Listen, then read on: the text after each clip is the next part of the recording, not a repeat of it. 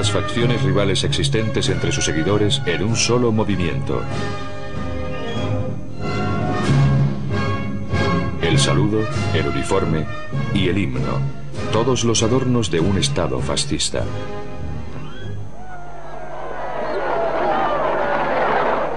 El caudillo se rodeó entonces de todo el boato del poder, incluyendo una guardia de honor formada por tropas moras. Pero aún así, todavía no gobernaba España. Constitucionalmente era un traidor contra la República que aún ofrecía una fiera resistencia.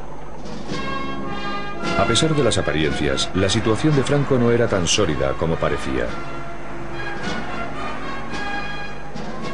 Para ganar la guerra necesitaba más armas, más hombres, y de nuevo se volvió hacia Hitler y Mussolini, asegurándoles que esta también era su cruzada.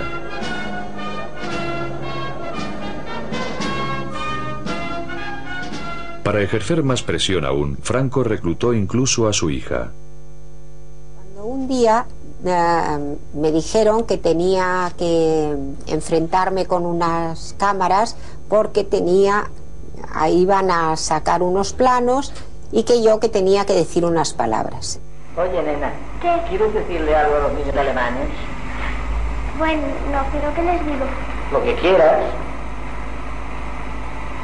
Pido a Dios que todos los niños del mundo no conozcan los sufrimientos y las tristezas que tienen los niños que aún están en poder de los enemigos de mi patria, a los que yo envío un beso fraternal. ¡Viva España!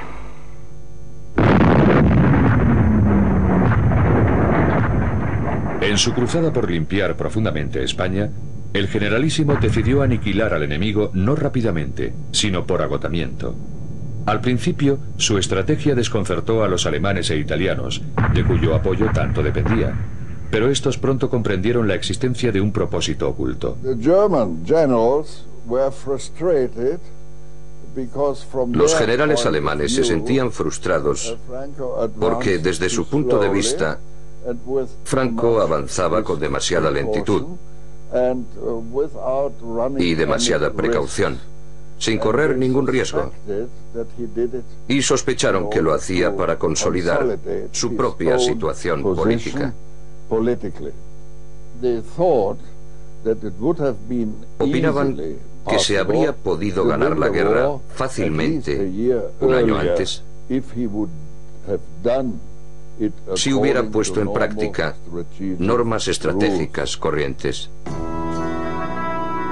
Al prolongar la guerra para garantizar la sumisión absoluta de toda España, Franco hizo que su nación pagara un alto precio. Tras 33 meses de incesante conflicto, el país estaba arrasado. Las bajas se contaban por cientos de miles. Gran número de personas habían perdido su hogar y desfallecían de hambre. Miles huyeron al exilio. Una nación dividida había sido rota en pedazos. En la primavera de 1939, el tímido muchacho que apenas podía sostener un rifle tenía un pueblo a sus pies. Ahora por fin uniría a España en el temor de Dios y devolvería su antiguo esplendor al imperio en decadencia.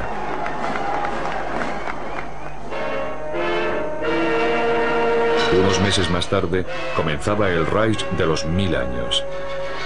Franco se quedó fascinado por la escala de la ambición de Hitler. Años después, cuando quiso ser considerado como uno de los grandes hombres de Estado de Europa, la verdad acerca de su ambiciosa actuación durante esta guerra fue cuidadosamente revisada para ocultar ciertas pruebas realmente bochornosas.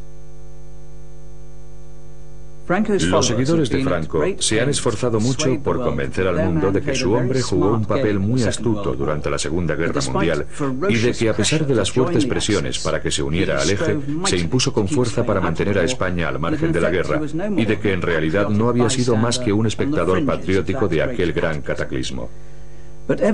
No obstante, las pruebas que han salido a la luz desde entonces arrojan una gran interrogante sobre aquella benévola interpretación de lo que sucedió verdaderamente y sobre el propio protagonista, un hombre a quien le agradaba sentarse ante este escritorio flanqueado por dos fotografías enmarcadas, una de Benito Mussolini y la otra de Adolfo Hitler.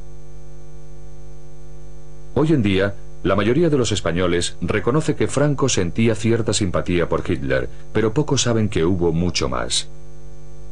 Dear Führer, at the moment when the German armies under your leadership are bringing the greatest battle in history to a victorious close, I would like to express to you my admiration and enthusiasm and that of my people.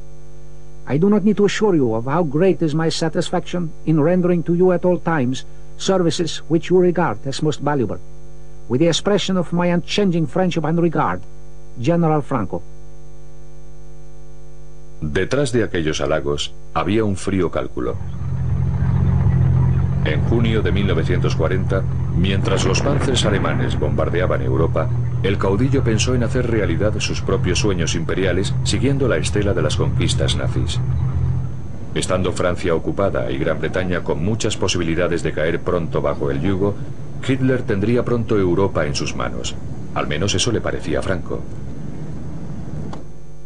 A finales del verano de 1940, Franco envió a su cuñado, Serrano Suñer, a Berlín como enviado personal.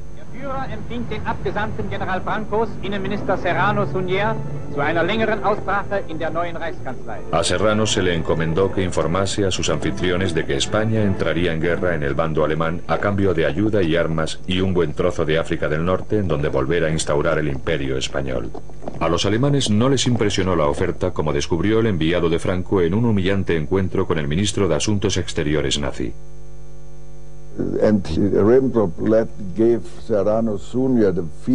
Ribbentrop dio a entender a Serrano Suñer que, al fin y al cabo, ellos no eran más que un pelele de los alemanes. A Hitler no le interesaba demasiado lo que España necesitaba para tomar parte en la guerra. Franco había sobrevalorado sus cartas, pero no se rindió y conminó a su cuñado para que perseverara, diciéndole que aquel desprecio era obra de los subordinados de Hitler y no del propio Führer. Serrano pronunció entonces un discurso grabado por los alemanes, pero suprimido más adelante por los españoles. Este documento ha sido descubierto recientemente. España falangista de Franco trae al Führer del pueblo alemán su cariño y su amistad y su lealtad de ayer, de hoy y de siempre. Unas semanas después, Hitler cruzaba Francia.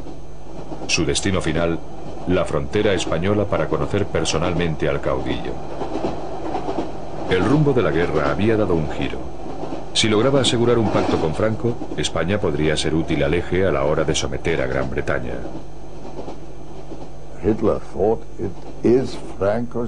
Hitler pensó que Franco tenía el deber de entrar en el bando alemán, como agradecimiento por todo lo que Alemania había hecho por España y por Franco en concreto.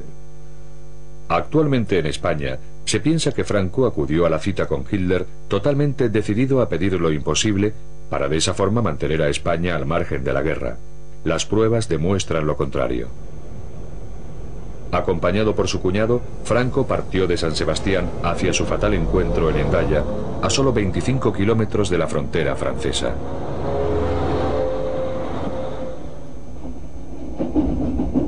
Después del largo viaje a través de Europa, el tren de Hitler llegó a Hendaya bastante antes de la hora concertada para la reunión, las 3 de la tarde.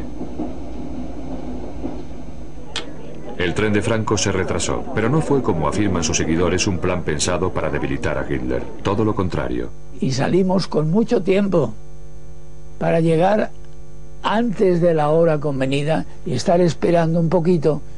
Y Franco tenía... Es comprensible el prurito de decir, en punto. El servicio ferroviario español era malísimo, estaba destrozado después de la guerra interna. Y llegamos a Hendaya con 5 minutos de retraso. Franco iba nervioso y los 5 minutos de retraso le produjeron un gran disgusto.